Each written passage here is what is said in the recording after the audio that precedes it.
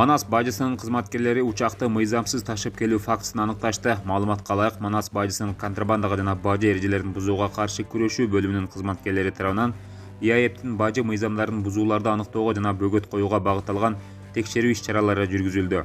Анын жүрүшүндө 2020 жылдын 14 декабрында Пакистандын Рахимярхан Бишкек каттамы боюнча Кыргызстандын аймагына Б компаниясына таандык Ил-76 аба учагы келгени аныкталган.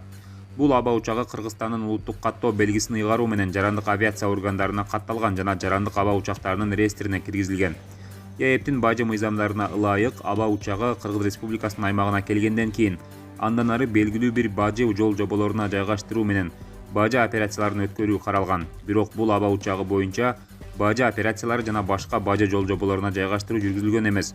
Жыйынтыгында мамлекетке 10.637.983 сом зыян келтирилген. Бул факт кылмыштардын бирдиктүү реестрине катталып, материалдар Кыргыз Республикасынын мыйзамдарында белгиленген тартипте кароо жана чечим кабыл алуу үчүн транспорт прокуратурасына өткөрүлүп берилди.